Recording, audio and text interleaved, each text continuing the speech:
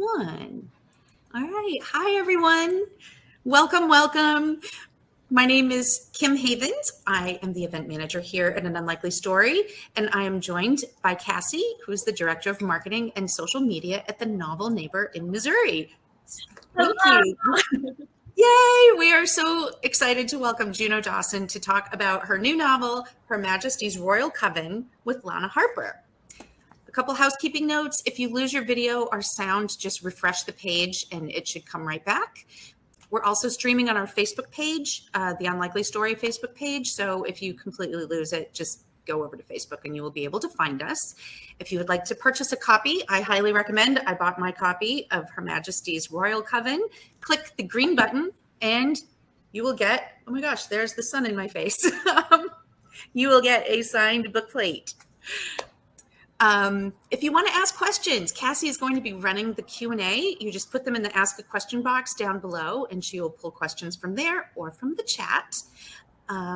So in Her Majesty's Royal Coven, how cool of a title is that? It's the best title ever. 5 childhood friends have grown apart and they're now in their 30s, and a disturbing prophecy reunites them as they look for a way to prevent disaster. But have they changed too much for old magic to happen to them again? It was brilliantly reviewed in the New York Times. I have to share this quote because it's just so great.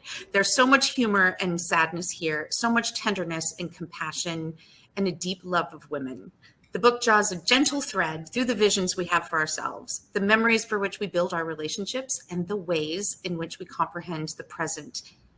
And then it pulls that thread taut. Superb and almost unbearably charming, Her Majesty's Royal Coven is a beautiful exploration of how foundational friendships age, and it expertly launches an exciting new trilogy. Yay! So happy to find out there was a trilogy. Joining Juno this evening is Lana Harper, the New York Times bestselling author of Payback'S a Witch and the newly released From Bad to Cursed. Congratulations, Lana, the second in the Witches of Thistle Grove series. So without further ado, let's get this party started. We will welcome Juno Dawson and Lana Harper. Thank you so much. Bye. All right, and Cassie and I will be in the background. Bye. So I will kick things off, I suppose, by happy pub day balloon. Yeah, but I have one. I think the last time we met, I didn't have an American copy. So, ooh. I'm stoked to see it. So I actually don't have one either. So I really wanted to hold it up in all of its glory, but I don't have one either. But you have a balloon, which is way better. Exactly. Yay, a yay balloon. I thought maybe that was going to suffice, at least somewhat. So this is sort of a glorious day in multiple ways, because it's obviously pub day of one of the most beautiful books that I've read this year. So congratulations on that. It's also the first day. Yeah, it's also the first day of Pride Month. So yes, that must have been so cool. Like, did you do anything special to celebrate one or both of those things today? So obviously, so my dog is here. Hello. It was funny. I don't know, how do you feel about pub day? Because I find it strangely, I don't want to say anticlimactic because that's not the right word, but it's almost like a very quiet kind of day because you always leave it in your diary. So you don't make any bookings. You're not kind of like planning to do anything. So actually this event is kind of like my little launch party, really. So the book actually came out yesterday into bookshops. And what has been really, really amazing is so many, I mean, we're talking hundreds and hundreds and hundreds of bookshops now have taken pictures of the book on their shelves and tagged me in them and sent me them on social media. So even that I'm like a billion miles away, it does feel like I've been able to sort of see the book in the wild. And my agent was just someone in Nashville, and she popped down to her local bookstore and took a picture of it in the wild. And that is what I would do if I was in the United States. I would have gone out, I would have gone to my nearest bookshop, and I would have just touched it, just touched the book in the wild. And that's what I will do. It comes out here in July. That's what I will do in July. I will go into the local bookshop and just stroke the cover. Yes. And now we're doing this, and now we've got this, even though it's the middle of the night, which is why I feel slightly manic, because this is a bit past my bedtime, but it's also, if you're going to launch a witchcraft book, I feel like so close to your witching hours, probably the way to go over there. It almost feels not apropos to be so sunny out here. I wanted to draw the shades, and then I was like, no, it's going to be dim and creepy in here, so I'm not going to do that. But I think that's the beautiful thing about Pub Day, because there's not necessarily like any physical fanfare, which is kind of odd because, you know, your book is out in the world in a real way for the first time. But the thing that I think is amazing is when you see those social media posts and you see all of that excitement, and it's just like it's this wonderful transformative kind of effect, like, wow, it's really out there. I can see it. People are so excited, and it's amazing. So congratulations again. Thank you for letting me talk to you about it. I have a lot of questions, and so we'll probably just start with kind of the basic one, which is, you're super prolific. You've written nonfiction and screenplays and young adult books, but this is very different in some ways. So what inspired you to make this leap into adult, and not just adult, but this like fantastical, vividly immersive book about this very diverse group of modern witches? I think, and I've thought about this a lot, and it definitely wasn't a conscious or kind of like commercial decision to be like, right, I've written 10 YA novels, so now is the time to kind of write something with adults. I think it came about, and I'm sure a lot of authors are going to be answering questions very similarly around lockdown. You know, when we went into lockdown in early 2020, I was supposed to be working on a YA novel. But, you know, my life has changed a lot, you know, in the last 5 years. You know, I think I started my transition in 2013, and really, you know, solving that big, very sort of personal mystery about myself meant that I was finally able to grow up in a lot of ways. It felt like my mindset, my life, you know, I've bought a house, I've got married, I got a dog, you know, all these things. And those aren't things that I think would have suited a YA novel. So I think I was ready to finally sort of talk about sort of where I'm at in my life, and think about slightly more adult concerns, bereavement and sort of family ties, and how friendships change as you move through your 30s. I wanted to tackle that, but I wanted to tackle that in a way that was interesting to me. So the witches came first. So long before the coven in this novel and its greater themes kind of took shape. You know, I think I said this last time we talked, but it was in a hotel in Melbourne in 2018 where I planted a little seed one night when I had jet lag, and it was just Desperate Housewives, but they're witches. And, you know, and I like put the seed in the soil kind of 3 years ago, and now we're here. Sort of what, 5 years? Nearly 5 years later. Yeah. Kind of. Which is really amazing, you know, how long things take to germinate and how you have to give things space. And the version of you that wrote this is probably quite different from the version of you who initially conceived of it. So there's something beautiful about that. It's like this kind of time capsule, but it evolves with you in this very special way. So that's amazing. I was going to ask, you know, what came first, your desire to tackle these very significant and timely real world issues, or the premise, but it does seem like they were just entwined for you from the beginning, and the witches did come first. So that's interesting to me that was the lens through which you wanted to tell this story. So actually that is a good question. Why witches? Why did you go in that direction? I remember seeing the poster to The Craft at Leeds Showcase Cinema. I would have been 13 years old, and because weirdly The Craft came just before the Spice Girls, before the Spice Girls. And I remember being so captivated by the poster. The idea that you would have 4 teenage girls in a film, and that they would be kind of spooky and dark and gothic. And that poster is so iconic with the rain and the lightning. And And I think that's where the love was born, although I was actually a child of Worst Witch by Jill Murphy. So there'd always been, and as a kid, I was very into the spooky, kind of the occult, the esoteric. One of my favorite pitch books was just a pitch book called Vampires. The 80s, it was a different time with the 80s. It was we had a book called Funny Bones as well, about skeletons that come alive. Mm-hmm. So I was just a very morbid child. And so it was kind of always in there. And then as I became a teenager, you know, we had Buffy the Vampire Slayer, and then moving through into Charmed and Charlie's Angels and all those other kind of examples of kind of female fronted kind of sort of pop culture. And I think I was just waiting for my mum, and I think it was inevitable that one day I would write something with a supernatural or fantastical edge. And in a way, it's almost a strange accident that my YA was normal, like, because that's not me. And that's why I'm so excited about Her Majesty's Royal Coven, because I think it is the most me of all my novels in a way. Finally, just after 11 years, and just, hi, this one's me.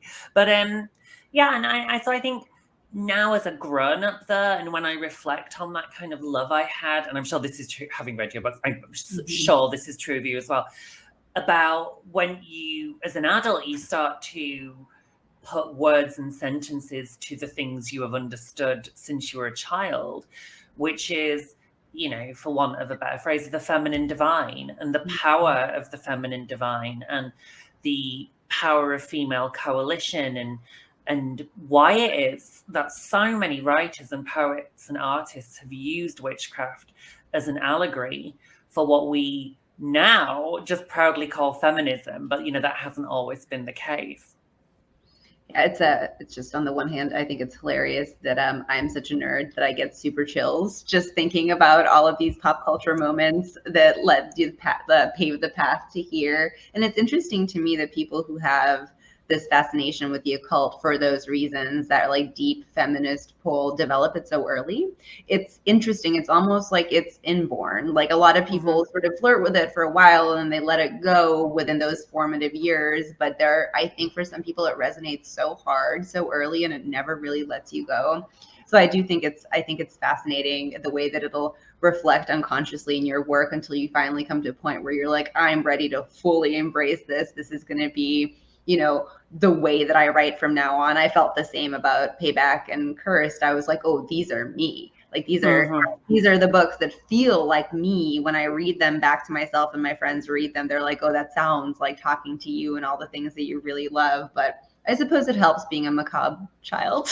Like, you get a lot of insights. It must be genetic, because it's so weird. So my sister, who is very not spooky, she could not. We're very, very different. She has 2 daughters. The eldest, again, very straight-laced, just very straight down the line.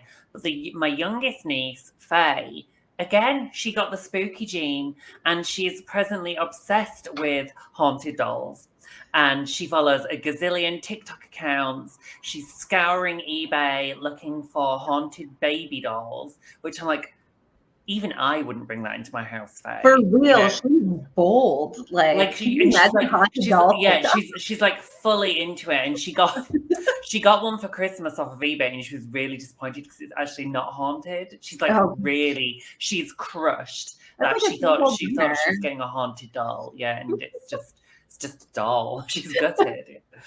Imagine, but you know, you're never too young to learn disappointment. You know, life is fundamentally true. And I mean, who knows? If she were in the US, she could like probably file a lawsuit against somebody for selling her a fake haunted doll. My haunted doll is not cursed.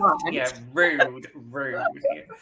It is, though. I agree with you. I think it is genetic. Well, her name is Faye, so I feel like she probably had that whole sort of like, which is interesting. Names do that sometimes.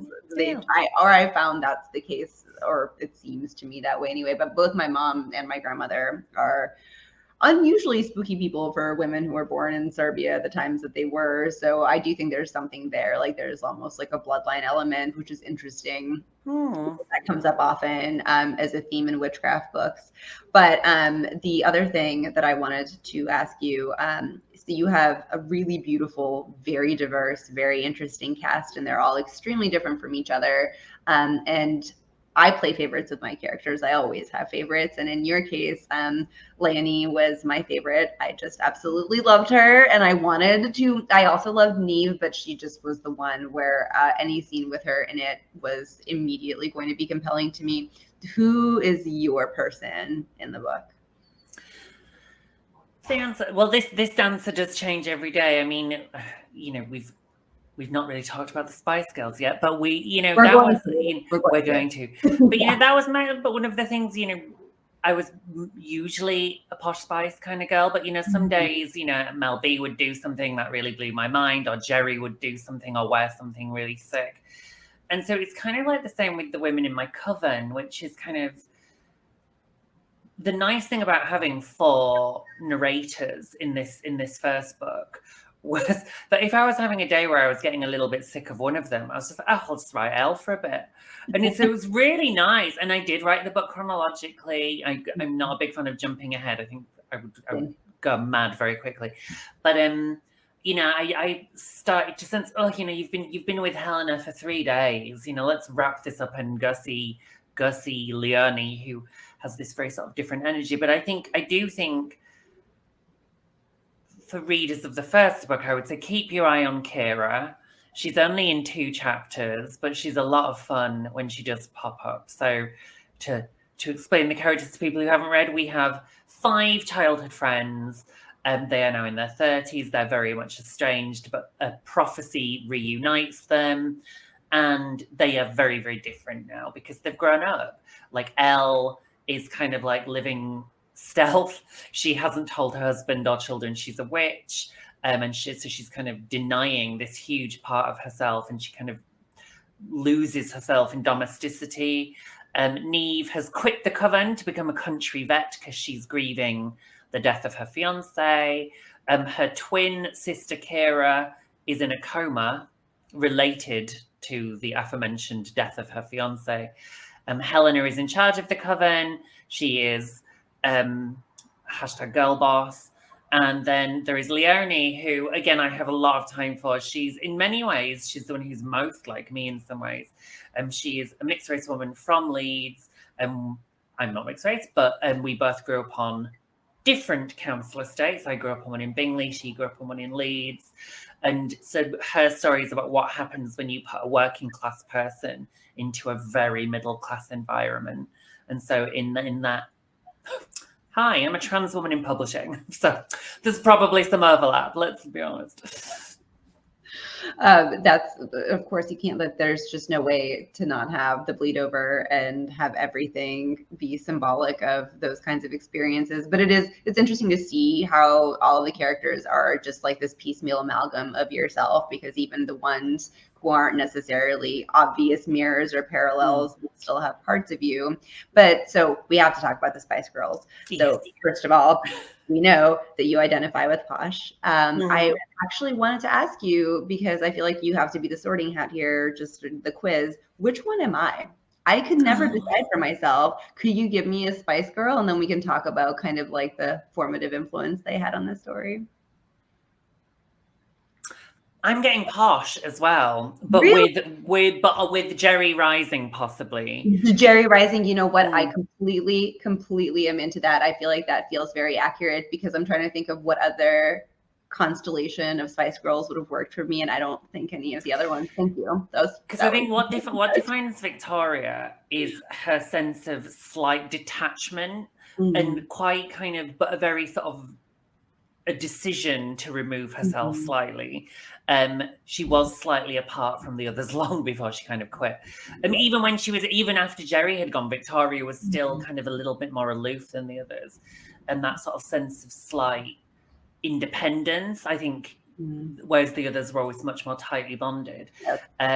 Whereas Jerry, for me, always represented sort of the realm of ideas and poetry, I think. Right. She's fire, right? So I Mhm. feel like Jerry would be the one suit, maybe, of the tarot if you were going to try to relate them to tarot as well. I really love that. And it's interesting. Yeah, I feel like Posh was like the cat of the group. Like she was Mhm. just there very elegantly grooming herself and being like, perhaps I'll be here sometimes, perhaps I'll wander off the rest of the time. Like you all do your thing. But hysterical. I mean, one of my favorite things to do is to go back and watch old interviews. And in a Mhm. lot of the interviews, Victoria would say one thing, but it would be devastatingly funny. often reducing the male interviewer to nothing. Just she would eviscerate them. And yeah, I just love that. Yeah. Oh my gosh, I could start a new career of reading people's Spice Girl tarot. That's I think it's amazing. No, I really yeah. feel like Let's if do it. you, maybe I don't know if you have enough time for like a side hustle, but I feel like a lot of people really resonate with this.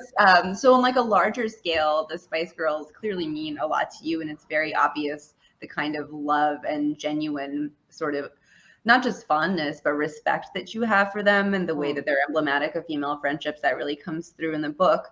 So how did you do that intentionally, or did it just kind of organically arise out of you creating? Because of course, like the friendships and the coven are of such primacy. How did those things happen? Like what came first? It's really tricky to describe being a Spice Girl fan to someone who was not a teenager in the 90s. Yeah. Like, people are just not going to get it. I've seen fandom since. I see it with BTS. I see it with One Direction. And so I wasn't in those fandoms, and I didn't get it. But because I'd been a Spice Girl fan, I got it, kind of, in that I understood what that kind of diversion feels like. But, to me, they were really, really formative in that they were 5 kind of working class girls who briefly became the most famous women in the world. They were British. They didn't seem to see barriers. They prioritized their female friendships over their relationships with boys, or at least that's what their songs were about. And that was really important. And I think, through the early noughties, when pop music died and was replaced by kind of like dreary indie bands, that my generation, we were so ashamed. We weren't allowed to love the Spice Girls. It became really naff. And so we had to hide it. But then when we became grown-ups, when we sort of moved into positions of power, or where we got platforms, it was really a real sort of moment for me to hear Adele, who is now one of the most famous women in the world, say, yes, I was inspired by Dusty Springfield and Diana Ross, but also the Spice Girls, and actually that she was part of that generation as well of, of working class women who saw those women achieve everything that they did. And so, that's why when I've been talking about this book, I have no hesitation in saying, yes, it was inspired by my love of the Spice Girls.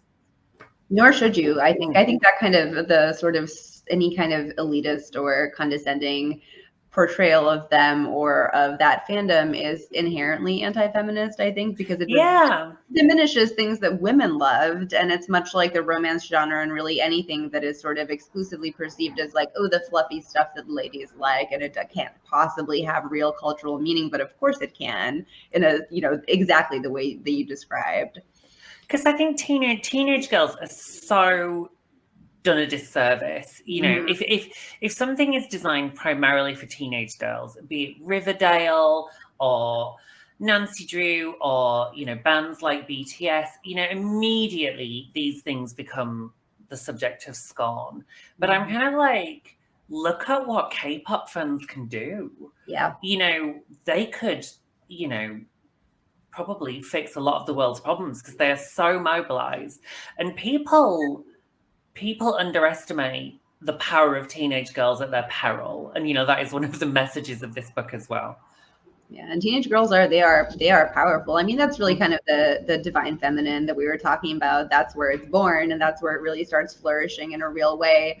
And that sort of brings me to the focal points of mythology in the book, because you've done such a beautiful job making this a very layered kind of witchcraft mythology folklore experience where you draw on so many different things. I mean, we have Leviathan, we have Neve, so we have Sandhya. We have all kinds of names from different lore and mythology. So I was curious if any of it specifically resonates with you. Like you have the witchcraft serpent goddess, who's often connected to Gaia and Lakshmi and Isis. So was there one story or like a set of stories that really kind of resonated with you, or is it just the whole set of the different forms of the divine feminine? Very that. So more than one individual story jumping out, I was more interested in how stories change and grow and almost trying to follow them back to the source. And I got really into it. Of course, look at when I wrote this book, we didn't have anything else to do. We weren't allowed outside and we had to wash our groceries. That was a year. That was great. That was awesome. What was 2020? What was 2020? Like just insane. Like sitting on my friend's drive and having a conversation through an open window. Insane. But anyway, we're here now. And I got very into the research hole and did lots of reading. And again, because this is something that I've been into since I was a kid, what a gift to be able to actually grant yourself that time to just spend days on end going through amazing books of occult art and occult law and reading things by Aleister Crowley. Just what is my life? What an amazing job to have, kind of. But what became very, very clear very quickly is that a lot of these stories are very similar. And wherever you come from in the world, wherever you come from in history, there are lots of themes. And one of them is that divine feminine. There's a line actually very early in the second book where one of the characters talks about the names these demons have and how actually they all come from humans, because these beings themselves, they predate humanity and they predate the spoken word and they predate the written word. So actually the second book is actually much more concerned about the history. But there's one of my favorite bits of the book actually is when we have two chapters back to back. The first is when Neve, who is kind of, I guess, our main character, Neve describes the history of the coven to her nice white charges, her mentees. And then in the next chapter, Leonie, who runs her own coven for witches of colour, says, well, you might have heard that version, but actually the real story starts about 4,000 years earlier, kind of, and actually we realize there is history behind the history behind the history.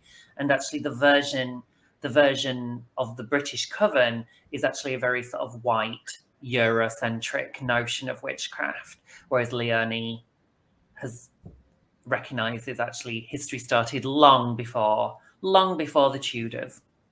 Which is something that happens in modern witchcraft pretty frequently. A lot of the Wiccan traditions are just, most of them were started by white men who just ran around cherry picking the bits that they liked and then never gave anyone else credit. And they were like, oh, I don't know. I just kind of came up with this. It felt right. It's not like I traveled and sort of took what I wanted and made this like new tapestry of things that obviously didn't belong to me to start.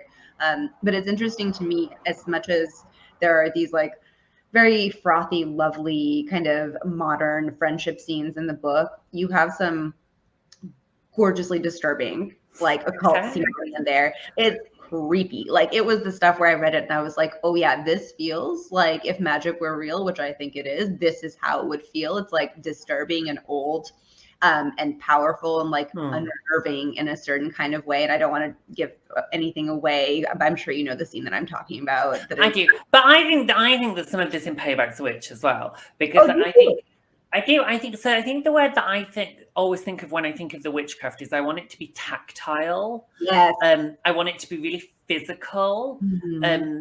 On one of my TV projects at the moment, I'm working with an amazing dance company called Impermanence, and I would strongly recommend everybody check out their website.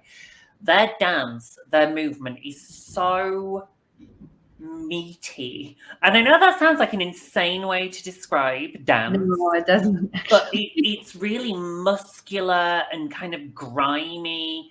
And don't get me wrong, I love Tinkerbell. Who doesn't love Tinkerbell? But I wanted it to be that. I wanted the witchcraft to be of the earth, and immediately that conjures soil and sweat and grime and oil and roots and moss and so when the witches get down to magic, it massively transcends the kind of the social niceties of their female lives. And I mean, there is one scene where Leonie sleeps Yes, in the earth, underground. Yeah. She buries herself, and so I think, yeah, I'm glad there is that nice distinction between their day-to-day lives and their nocturnal lives. I think what was fabulous for me is that there was, in a less skilled writer's hands, it could have been jarring in an uncomfortable way. Like, these things don't go together. But the way that you executed it felt so seamless. Like, of course, these women, like, get pedicures together. And of course, they also like go sleep with the maggots sometimes because they need to commune with beetles. And it just felt so natural. Like, there's nothing, it's like the shadow work versus the light work. Those things go together. They're hand in hand. It didn't feel at all artificial or forced, and I really loved it. And I kind of wondered, like, how much of a nature person are you? Like, do you like getting dirty? Do you like getting insects? Because I love the idea of it, but I was like, oh, ew. Like, I don't know if I could handle having bugs on me for witchcraft. Right. No, I mean, again, it's total wish fulfillment. I think so. I mean, this is the one that I don't think people would realize that, how much like Elle I probably am actually, but I think it's kind of it's weird because when I go to nature, and I think this is, psychologists have done work about this for decades, we know that it is so good for humans to spend time in nature. We know it's good for humans to be near the water. We know that being around animals can improve mood and reduce depression and anxiety. So we know these things are true, and it's true of me as well. And when I do go out into the middle of the countryside, I love it. But then I also like coming away from it and coming to my lovely home where I have 93 streaming services and, but that's like the witches in HMRC. You can have both, but no, I don't think I would be pulling a Leonie. Look at it. I know. I was thinking about that because I also have like these fantasies of being able to. I have a deep attraction to cities at night, and obviously, like, as a woman, you can't really like go gallivanting across the city at like 2 a.m. by yourself. It's just like not going to happen. So I fantasize about having the kind of powers that would allow me to do this without being afraid. But I typically think about that for cities, and not like forests. Like, I want to be like climbing buildings because there is that same element. Like, you can like both things, and you can have a preference. I don't think it invalidates, your witchiness just because you're like, oh, I really like a good skyscraper at nighttime, like as opposed to just like moonlight through forest leaves, even though that is beautiful and magical. And, it's totally okay to be both. And so you have an interesting sort of very clear and self-contained kind of craft within the book. Like, you talk about certain crystals, you talk about pentagrams, you talk about occult herbs, and then you chose certain places to be kind of like the magical cities where there's headquarters. So I was wondering, as somebody who's interested in the occult in general, how you decided which elements were important for you to incorporate. Like, that's a big part of the world building, and the world here is huge in so many ways. So like, how did you decide what you wanted in there? So everything sort of had to come back to the earth. So there had to be some sort of Gaia-led basis for the magic system. So that's why crystals were included, although careful about, we want responsibly mined gems. And I think that's something that sort of I've become more familiar with sort of since writing this book, which is about the responsible sourcing of precious minerals and stones, herbs, flowers. I have a massive Word document. So all that, because in the book, and I think this is just good for any writer, it's good for you to know, but then you don't have to put it all in the book. So I've done my little recipes. So all those very throwaway little lines about sister's malady and eternal repose. I know the fictional recipe based on kind of some loose scientific basis. Because a lot of our medicines are derived from, well, hello, opiates. You know, Right. they're derived from flowers. You know, that's where we get these things from. And I think it's funny. I think we've slightly lost sight of that a lot of these things which make us better are just witchcraft. You know, it's just potions, you guys. It was like penicillin was mold once upon a time. and so everything kind of goes back to there had to be some sort of natural basis. So, you know, the elementals can work with lightning and rain and roots, and even the healers, you know, when they're healing, they're not pulling it out of thin air. They're just transferring health from one person to the next. Kind of, none of these witches can make something out of nothing, which was really important to me. And then that tied into the locations as well. So Hebden Bridge, which is a real place. It's a little tiny town in West Yorkshire on the border of North Yorkshire. It's kind of sandwiched between two massive natural parks.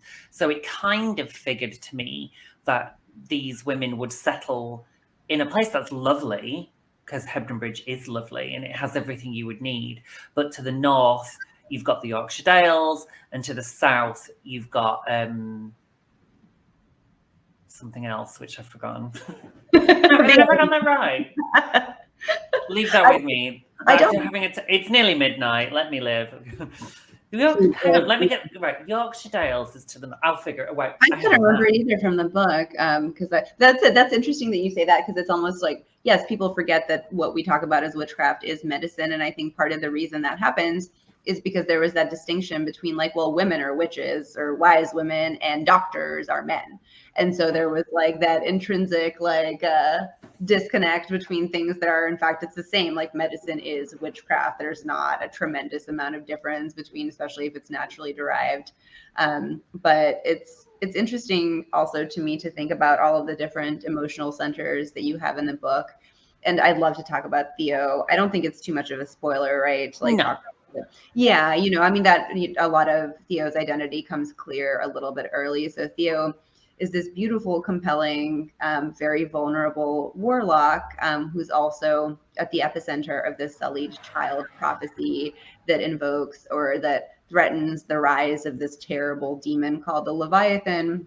And the revelation that happens is we discover that Theo is actually trans. And so Theo's identity becomes like a point of chaos where it pits members of Her Majesty's Royal Coven against each other, because some of them have very differing perspectives on, is Theo going to be a warlock? Is Theo going to be a witch? Where does Theo belong? And so, of course, the discussion of inclusivity and intersectional feminism comes to the fore there. So I just I was hoping that you could tell us a little bit more about how you thought about Theo. Was Theo sort of the original character that you wanted to kind of discuss all of this through? Did she arise naturally? How did all of that come about? So weirdly, Theo was like the last thing to fall into place. And I think what is really, really clear to me now is that seed that I stuck in a Word document in Melbourne would have stayed on my laptop had Theo not kind of wandered into the conversation. So it's it's a convoluted tale. So I planted the seed. Then a couple of years later, in I think 2019, I went to a TV production company for just a general pitch meeting, and they were like, we kind of want something a bit like American Horror Story, but English. And so I pitched something about kind of modern witches living in Pendle or living in the sort of the wake of Pendle, I guess. And then I sort of said, and it's about what happens when a transgender witch enters the mix and they don't know how to place this transgender witch.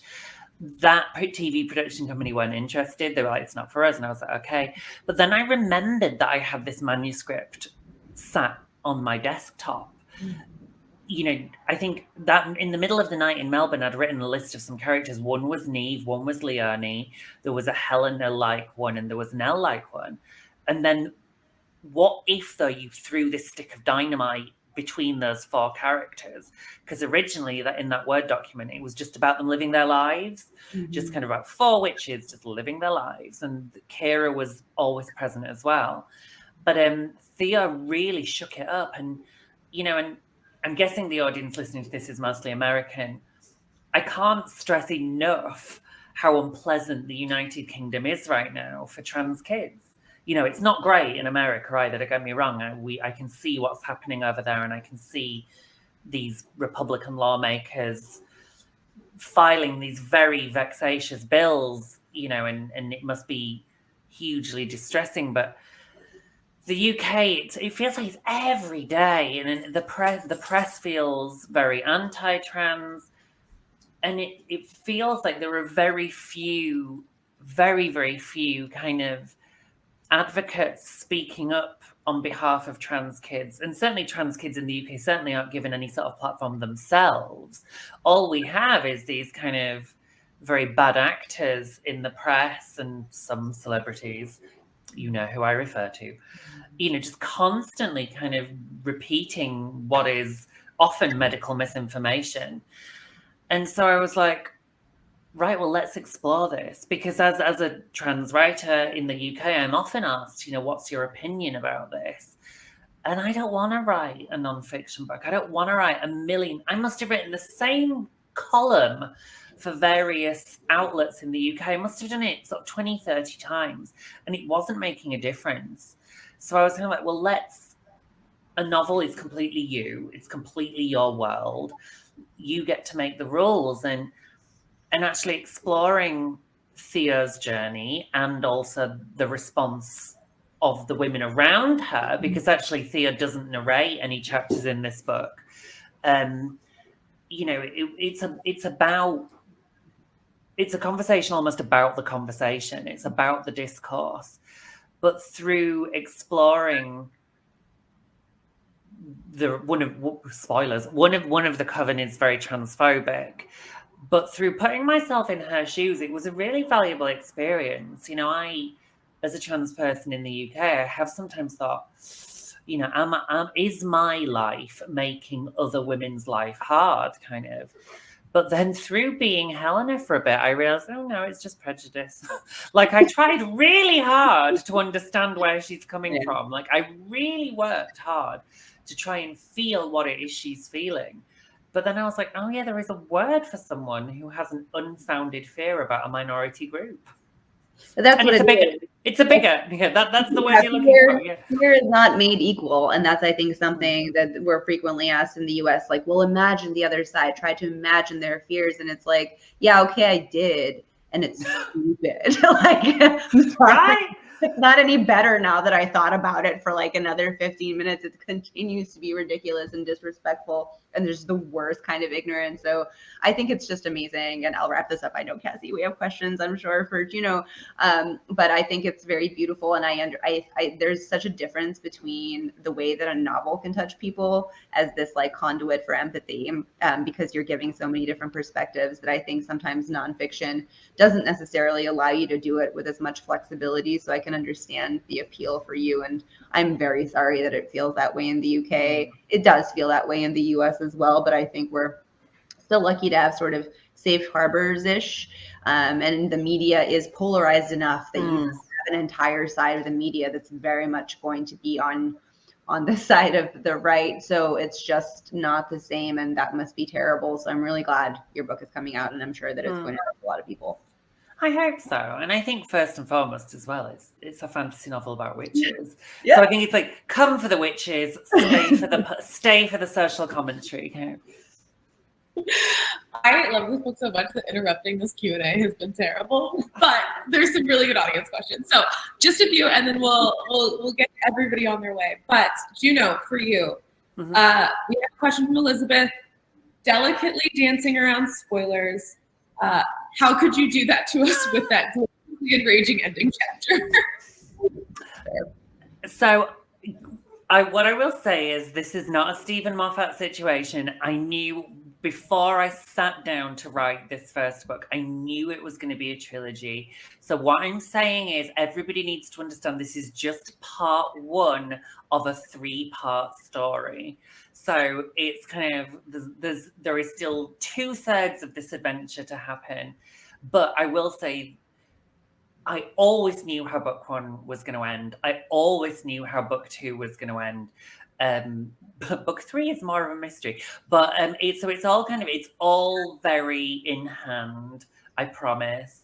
But I think it is a very dangerous thing to start such an epic story without kind of knowing, without a roadmap. So I'm sort of saying, trust me. I know it's a big and very surprising ending, but everything happens for a reason, is what I will say. So it's very reassuring to me also. I know, I thought the same. And the Moffat comparison, very funny. Okay. How would you compare your witches to famous pop culture witches like Charmed or The Craft, Practical Magic, or Sabrina, the special comes to you from Megan? No, go on, Lana. You can answer that one first. Go on.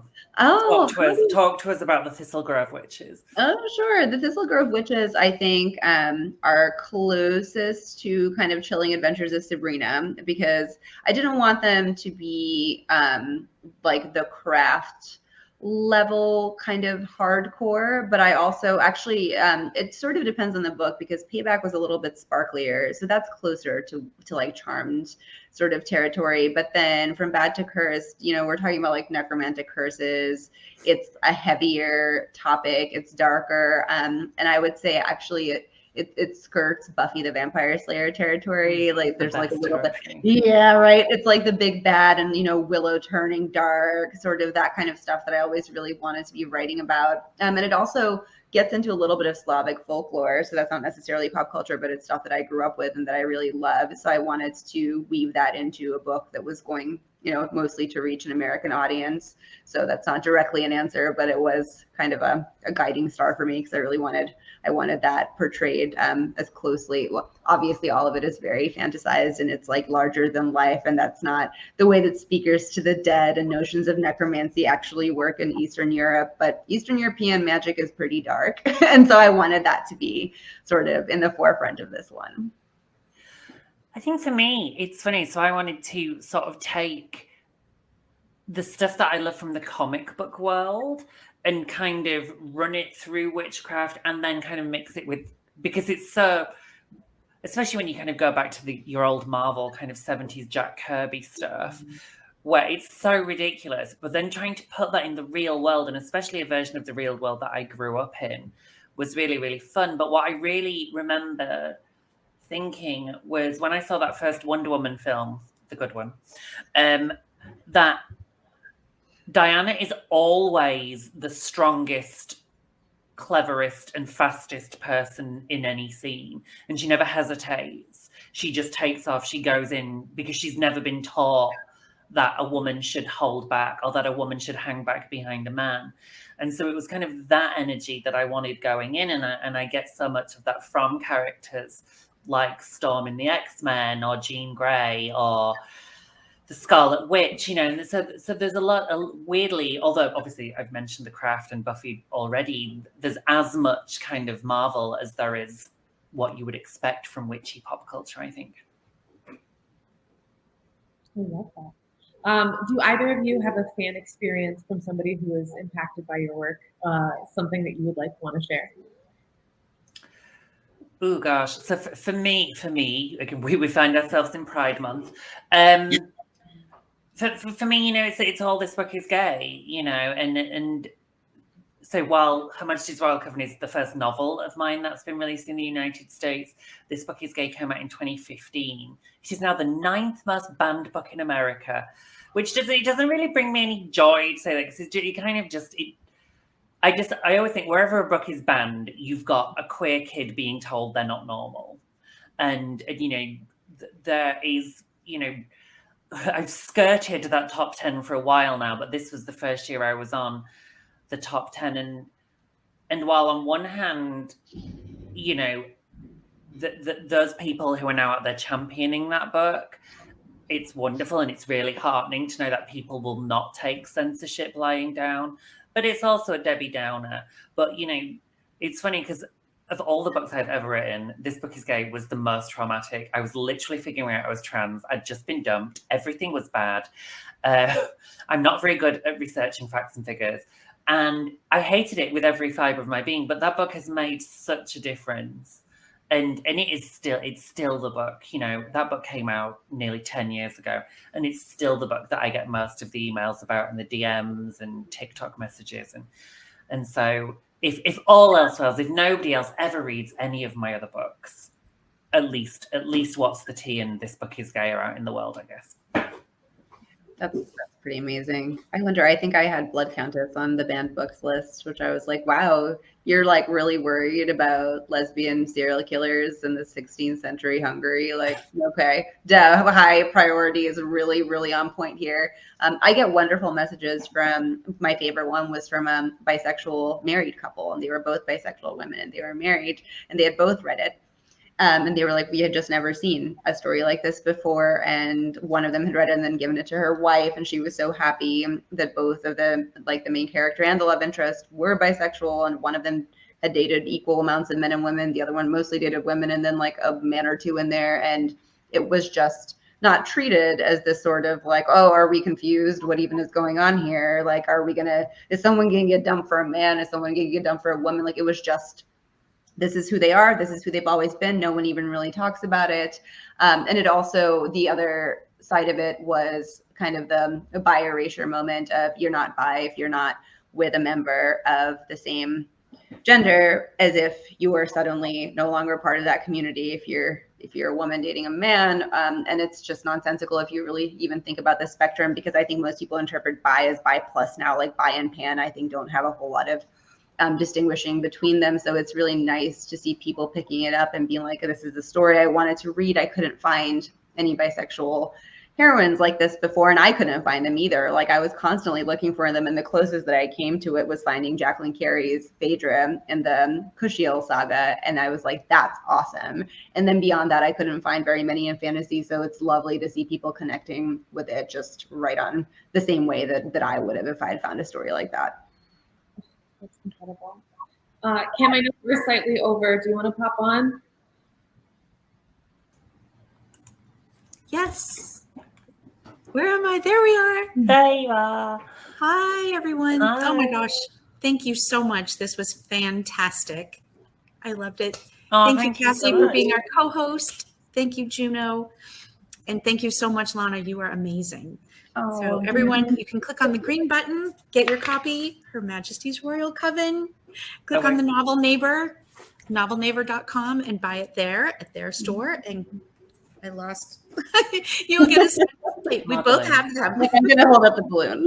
Hold the balloon. Thank you. Awesome. Happy pub date, Juno. Thank you so much. And thank you very, very much for having us. It's been really, really wonderful. And Lana, I really, really hope next year I'm allowed to come to America when book 2 comes out and we can do some events in real life. That's my dream. If everybody buys, if the first one is like a big success, I think Penguin will probably pay for me to come to America next year. So let's just make it happen. Let's just make it happen. You can start in Massachusetts and then go to Missouri. I'm going way across. Let's do it. The Spice Girls toured America. I can tour America. Let's just do it. Let's have it. Do you have a pub date for the second one yet? It will be next July, as far as I know. Awesome. Excellent. Right, there we go. All right. Thank you all. Have a great night. Good night, everyone. Thank you. Bye. Bye.